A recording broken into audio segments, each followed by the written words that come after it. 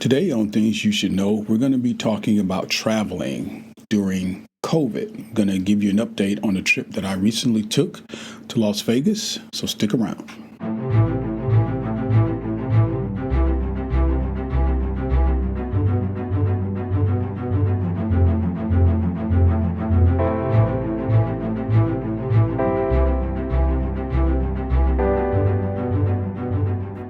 Here at Things You Should Know podcast, our focus varies from commonly asked questions like, what are the top email apps for iPhone users? Or how much does it cost to go to Disney World anyway?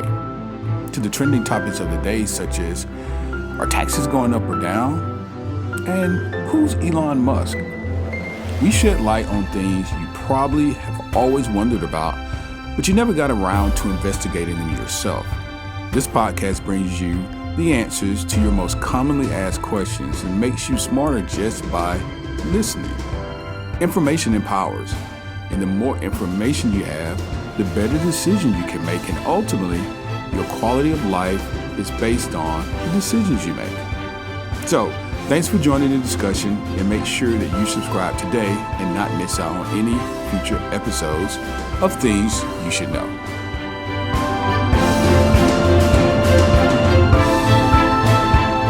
Hey guys, welcome to Things You Should Know. My name is Kelly, and I am your host, and it's my pleasure, as always, to welcome you into the podcast. Today is March the 8th, and it's a beautiful day, beautiful last few days. I spent, actually, the last few days in Las Vegas, which is what I'm going to talk to you about today. This was actually my first trip during COVID. I've canceled two prior, and I was determined to make this one happen for a couple of reasons, and I'm going to get into that in just a few minutes. But first of all, I want to thank you for joining the podcast. Please, if you've not done so already, go ahead and subscribe to the podcast so that the next time new content is out, which is usually every 48 hours, you will be the first to know. And please like, share, and subscribe. Please share our content with your friends and family and associates. We would be most grateful. And lastly, if you don't mind, please also leave us a nice review. That'll help sort of validate what we're doing here, as well help us to be seen in and among other viewers like yourselves. So thank you. So let's get going. So this is March, and February of last year, January, February, we all became very, very aware that something was afoot. And in March, things start closing down. And so it's been right about a year. The reason I know this, I'm a big Disney nerd. And Disneyland just got the thumbs up to open in this month. It would have been a full year that Disneyland had been closed, as long as Disneyland has ever been closed. So anyway, I planned a trip last year, actually more than one, and I called them off because I just became a little nervous in terms of obviously COVID and traveling and, air involved, hotel involved, things like that. And traveling with my family, I tend to obviously err on the side of caution. It seems each time that we were going to go and do something, the particular state we were going to in that particular time, cases were on the rise. And at least one of these vacations was before we knew about any vaccine. So there's that. But I will tell you, I bought my wife a gift for Christmas. This is one of the things that we had, and I just wanted to make this happen. So we went to Las Vegas. This was actually our first time going to Vegas. My preference was to go out of the country, and that was one of the canceled trips from last year. But as you may know, most other countries are not really accepting folks. You can do it, but it's quite a hassle. And then you've got to have somewhere to quarantine for a while and all these other things. So I thought if we're going to travel, get out and do some things, it's best to do it stateside. So I tried to pick a city that we'd never gone to. And so we went to Vegas. So the value for this particular podcast is I'm just going to share with you my experience of traveling during this time, what the air travel was like, what it was like to stay in a hotel, what do we do for food, all of the components to travel, in hopes that it'll assist you in making up your mind moving forward for any particular travel desires that you and your loved ones may have. So first and foremost, one of the main reasons why I was determined to make this happen, and I didn't cancel this, was because, number one, we haven't traveled in a while, and my family, we traveled quite a bit before all this happened. And we wanted to take a trip, quite honestly. But the reason I canceled the prior to was because the trips are not more important than our health. This particular time, I felt like we needed to make this happen because I refuse to live isolated and in a box type of mentality, and I certainly refuse to live in any sort of fear. So I did an extensive amount of research before we left. I traveled on a particular airline that I was confident with, and I also did quite a bit of research on the hotel and where we stayed. So in other words, I did everything that I thought I could possibly do in order to be knowledgeable before making a decision, which is, of course, what we promote here on this channel. Before you do anything, quite honestly, question what you're doing, why you're doing it, what's the best way to get it done. So that's what I did here. So if you're thinking about taking a trip, I'm not suggesting you go to Vegas. You'll hear that out in a few minutes. But do your due diligence in terms of your travel. So let's start with the first thing on the list. So where did we go? We went to Las Vegas. Was that the best place to go in a time like this? Probably not. However, I will tell you this. The officials in Las Vegas, and of course the businesses, are aware that in order for them to survive, they have to comply and they have to be compliant. So although the crowds were a little larger than I had normally been used to being around during this time, I saw more masks in Las Vegas than I had seen in the city where I live, just being around my own city, because a lot of people don't wear masks outside here, but there were masks everywhere. There were announcements everywhere. There were establishments that refused to give you service or allow you in without masks. There were mask stations set up in multiple places to make sure if you, for whatever reason, showed up without one, that you had access to one. The elevators, the outside, there was signage everywhere. And so that made me feel a lot better. Excuse me. And the other thing that was so great is I saw so many people with masks and they actually were wearing them correctly. So the crowds were a little large, but everyone was wearing masks. And I do mean everyone. I mean, I could count. I think during this whole time, I saw we were there for 4 days. I probably saw maybe 10 people without a mask. So how did we go? We flew. And I normally fly Delta. I live in Atlanta, in the Atlanta area. And so I normally fly Delta. So did some research there as it relates to the plane and how it's kept. And I was impressed with the thorough cleaning aspect shown in the video. They send you quite a bit of information prior to your trip to alert you, not so much just to alert you of like when your trip's coming, but to provide a comfort level of traveling. Before this, I would get alerts from Delta, basically, one, confirming my purchase, two, 24 hours ahead of time for me to check in. That was pretty much it. Now there is a marketing effort in place after you purchase to also let you know everything they're doing to make sure that your trip, that your safety is their priority. And I actually believe it. The planes were very, very clean. Delta is the only airline still spacing people apart. I just felt comfortable. I really did. Now, having said that, here's what I'll tell you in terms of how I prepared my body in order to go, which is more than likely the most important piece of this. And I'm not saying that you can't obviously catch COVID. You can take all the elderberry in the world and still contract it. I know people who have. But if you have all of these anti-inflammatories already going into your system and antibacterial and all these sorts of things, I think you're better suited than not. Okay. So we did everything that we could on our end, vitamin D, you name it. We were taking it for months before we left. We were preparing ourselves in terms of our mask and our face wear. We had revolving mask. We do dual mask. Even on the airplane, we did dual mask. And we also had the plastic face shields. So we were very well protected from a respiratory standpoint. Now, had we driven to a location, assuming that no one's going to get in my car that doesn't live with me, obviously I wouldn't have to do all that.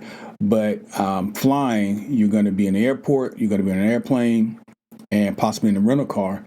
I would suggest that you, at a minimum, do double mask, which is what CDC is recommending these days.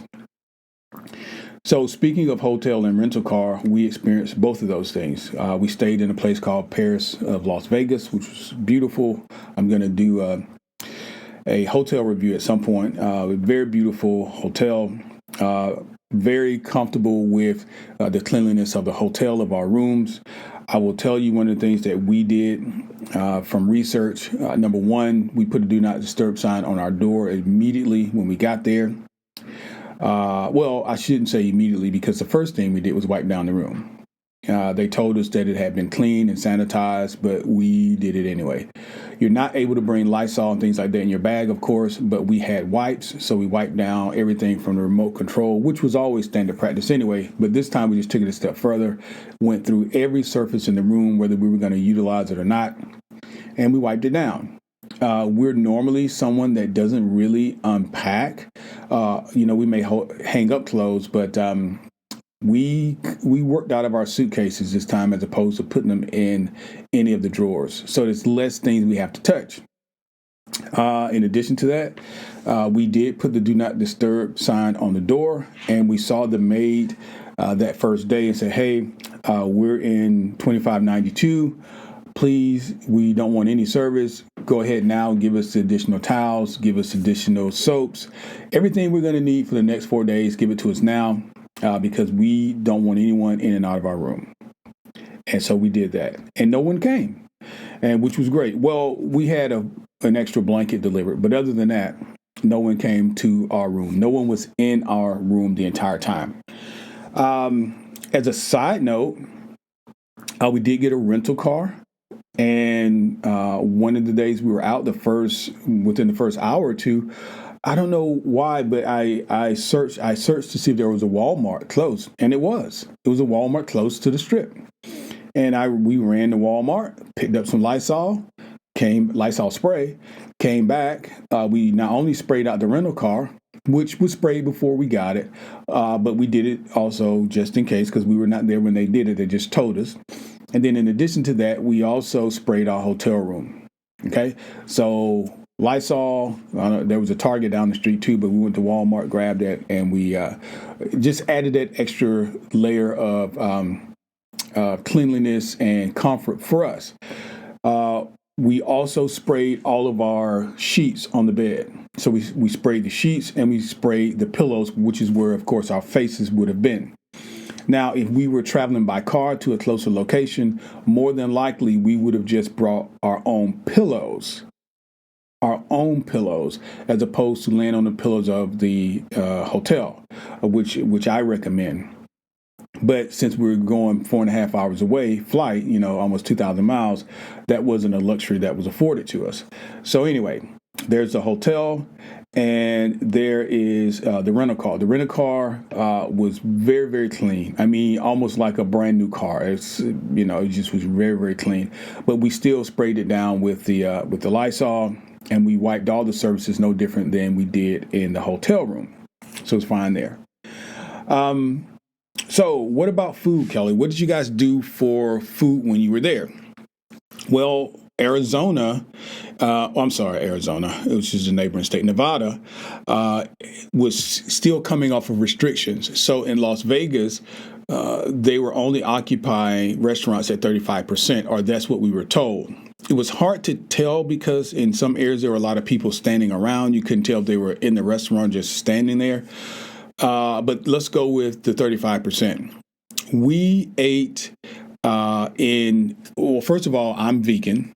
So we found food for me, meaning the vegan restaurants were not as crowded because they were not on the strip.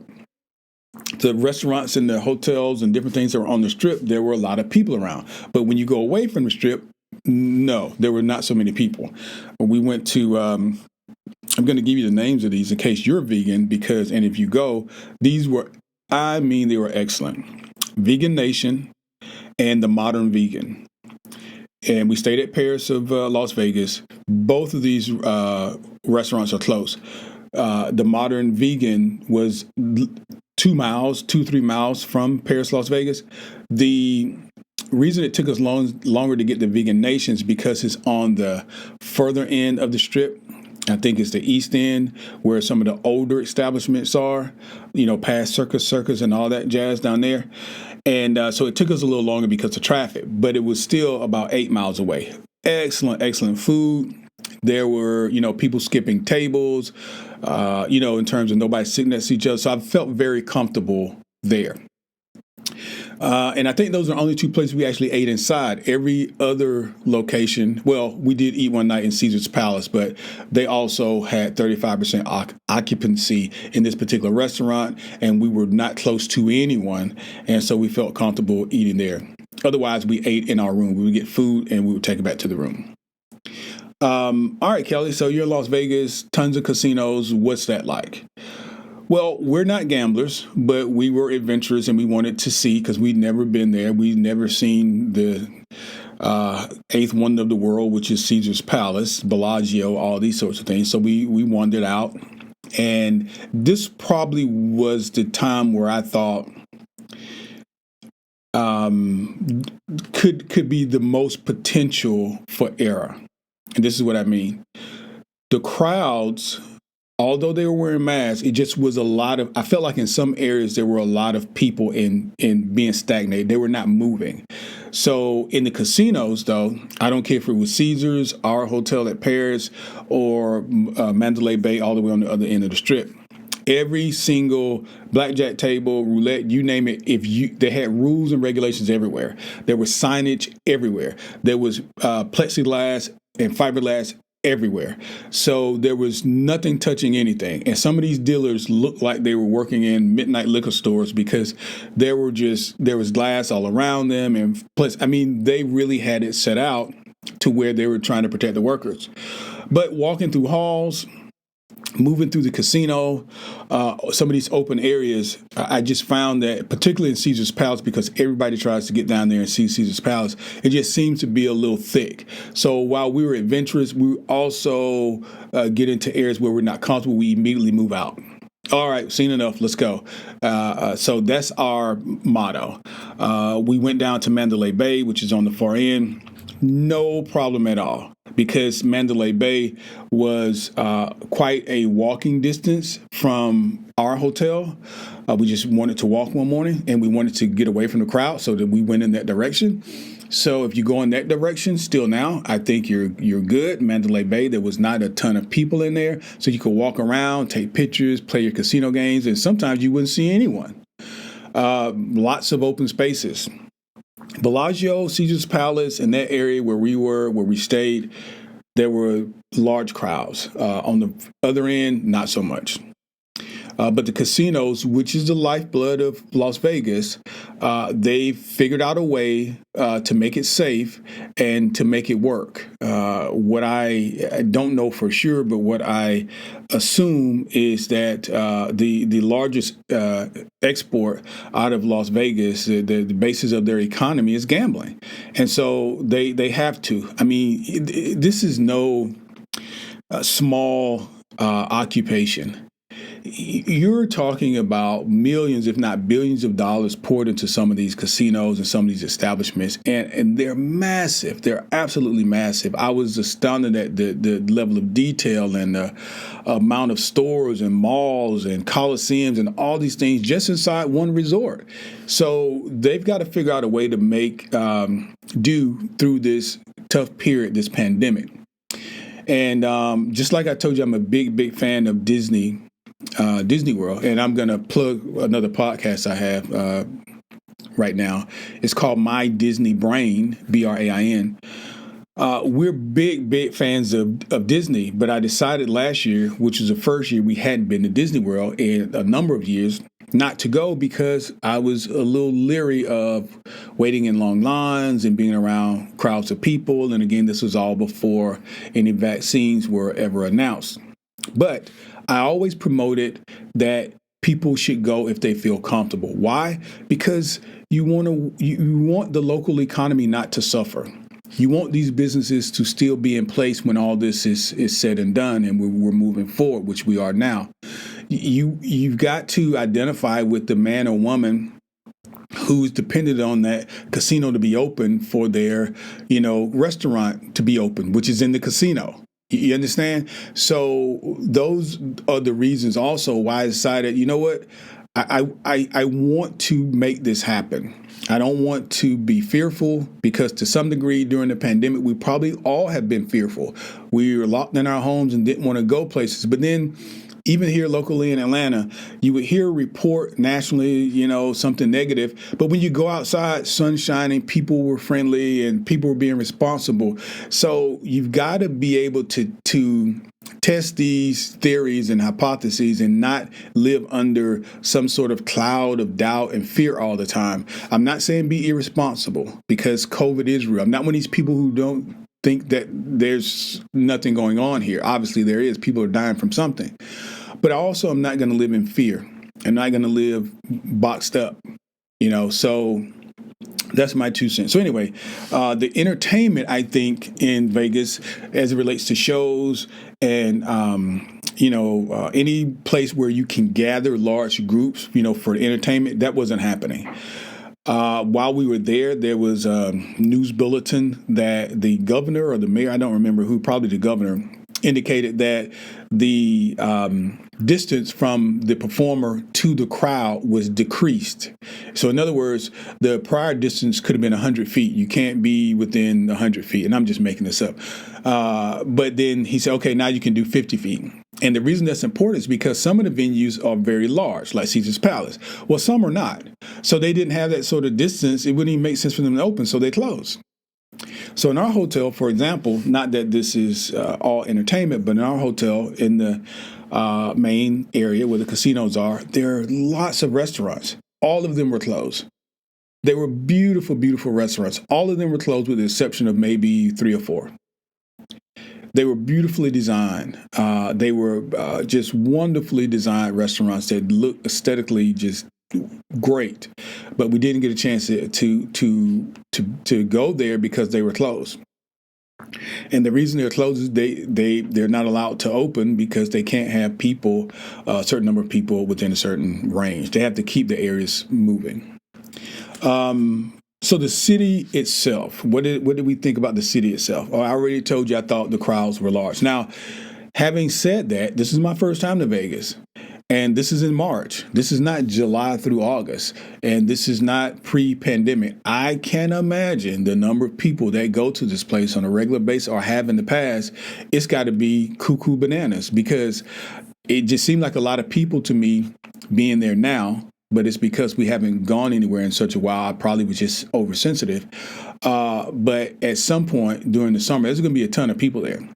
Because as you can imagine, people like to drink and gamble and cannabis is legal there. So we saw a lot of people smoking weed and smelled a lot of people smoking weed. So you have all that stuff going on there and people love to do that sort of stuff. So they're going to be going. I'm just glad that the city, the officials seem to have a handle on educating these folks at the airport, because we heard these announcements coming in, we heard it going out. There was signage at the airport, there was signage at the car rental, there was signage in the hotel. There's signage all over Las Vegas about the rules and regulations in order to go into these establishments, what's expected. And for the most part, like I told you earlier, I felt like I saw more people than I've ever seen wearing masks. Outside, not just inside. Inside was a no-brainer because you were literally not coming in without one. But outside, I saw people wearing masks correctly, not chin straps or something hanging off their ear. I literally saw more people than I've ever seen in a place wearing masks and being cautious. So there's some good news actually. All right, so. The places that I saw where people did not have on masks were pool areas, and that may be obvious. So the rules are, if you are engaged with the water in any way, you can take your mask off. Other than that, if you're laying out and you're sunning and doing these sorts of things, your mask is on. If you are close to the hotel in any way, you've got to have a mask on. I saw valet. I saw people getting out of their cars. I saw people getting into their cars. Everyone had a mask on. I saw folks cleaning up outside or doing the landscaping, mask. I even saw homeless people with masks on. I mean, literally. So I was really, really pleased. We were double masked the whole time. And we just did our best to stay separated from larger crowds. So here is my summary. As I clear my throat, I'm sorry. Here's my summary. Would I recommend you to travel during COVID? And I'm going to give you it depends answer. It depends on you. If you are a high risk person and you've not been vaccinated, no. Las Vegas or any other city is not going anywhere. So no. If we had fell into a high risk category, if we were, severely overweight, diabetic, or severe asthmatic, whatever these high risk areas are, then we wouldn't be doing it either. Remember, I canceled 2 other trips already. My thing was a mental thing, where I wanted to get out to see for myself, to prove that this could be done. And I wanted to reassure myself that it was not some wolf in my driveway. You know what I mean? That may be a silly example, but sometimes we get so bogged down in listening to what people are saying, particularly on social media and the news, that you create these negative overtones for yourself and you limit yourself when really there's really no wolf in the driveway. You can go get in your car and leave anytime. It's just that you don't think you can. But yeah, I would say if you want to travel and if you feel the desire to do so and you can be responsible, then I would say yes, do it. It's better if you're vaccinated before you go, obviously.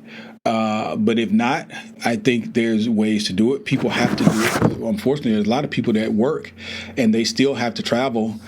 So my goddaughter works for Delta and she hasn't been vaccinated. Her group hasn't been allowed to get vaccinated yet.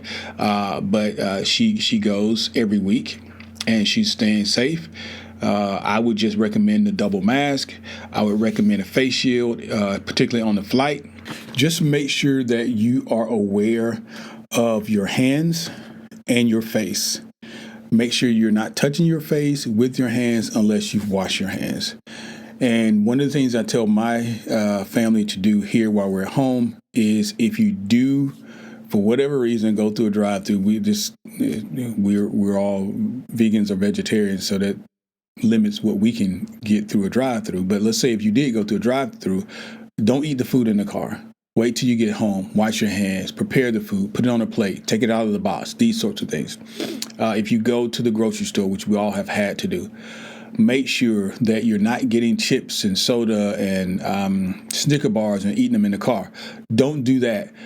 Unpack your groceries, wash your hands, prepare your food. Just be overly cautious. But if you do want to travel, I would pick a location. I would say the one thing that I would do differently now that I look back, although I did enjoy going to Vegas, I think that was pushing it just a little with the crowd in terms of how many people were there. I didn't anticipate that many people because it's March, for God's sake. But I'd never been, and now I know. But if you decide to go, let's say, for example, to a beach and spring break's coming up, I would tell you definitely not. If you're going to go on some hiking in the mountains of Asheville or something like that, then yeah, because it's going to be less populated. But just do your research. Just do your research on the city that you're going. Also do your research because you don't know the requirement that city is going to have. They could require you to do a COVID test at the airport. Because I think LAX is preparing or requiring people to complete a document before they get on the plane to go into LAX. And if you don't have that document completed into LAX, from what I heard sitting in the airport in Las Vegas, there's a $500 penalty if you show up and you don't have that thing.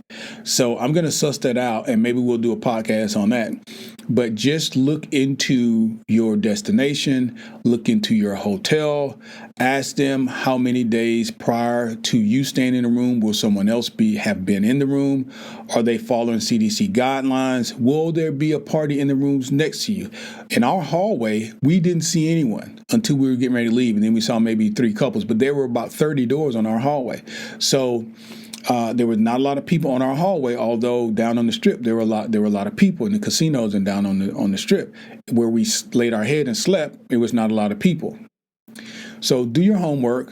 Most importantly, just don't be afraid. If you don't go, just don't be afraid, because while we're dealing with the serious situation, fear is not going to eradicate it. It's going to make it worse.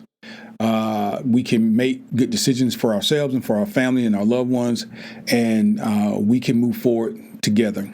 If you're able to support some of these local places, you know that there are people there that would like to work. They work in hotels, they work in restaurants, they're entertainers, they work in casinos, they work, on doing whatever. But, these people suffer if we don't show up. So there's the contrast, the calamity there that we're having to deal with. All in all, here's what I'll say. We had a good time. We've come home safely, and we're self-quarantining and going to be COVID tested, but we're self-quarantining for the next 7 days. And we're just going to make sure we're good before we get around any other people. And we've been wearing masks in the home because we have 2 kids that live here that didn't go with us. So we're doing everything that we feel we need to do to keep our family safe. And at the end of the day, it was a good trip for us mentally, and it was just a good thing to be out. We had wonderful weather, and we enjoyed Vegas. So my hope for you is that in some ways, even if you decide not to go anywhere, this particular podcast helps to reinforce your thought process as it relates to not bound down to fear, and whether it's traveling or going to the grocery store. Maybe you've been afraid to go out of your house. Maybe you've been afraid to go to a restaurant and eat out, and you've always loved to do that. You can do it. You can do it, but just be smart in what you do. Make sure people are not around you. Make sure every other table, no one's there. Make sure that you understand what the cleanliness efforts are at that particular establishment. Make sure you're eating outside. Pull out all the stops, but we're just going to have to understand now that there's not going to be a normal the way that we were used to. We've got to create this new level of normal, and we've got to move forward, and we will. And I thank you for listening today here at Things You Should Know. Again, if you've not done so already, please make sure that you like and subscribe to our podcast, and also go and join us on Facebook. That way you can leave questions and comments there as well. And also you can suggest to me show ideas that you would like for me to entertain. And I'd love to know what you'd like to know about. And I'll go out and do the work, and I'll bring it back to you. But again, thank you. This is Kelly at Things You Should Know. I hope you have a great day.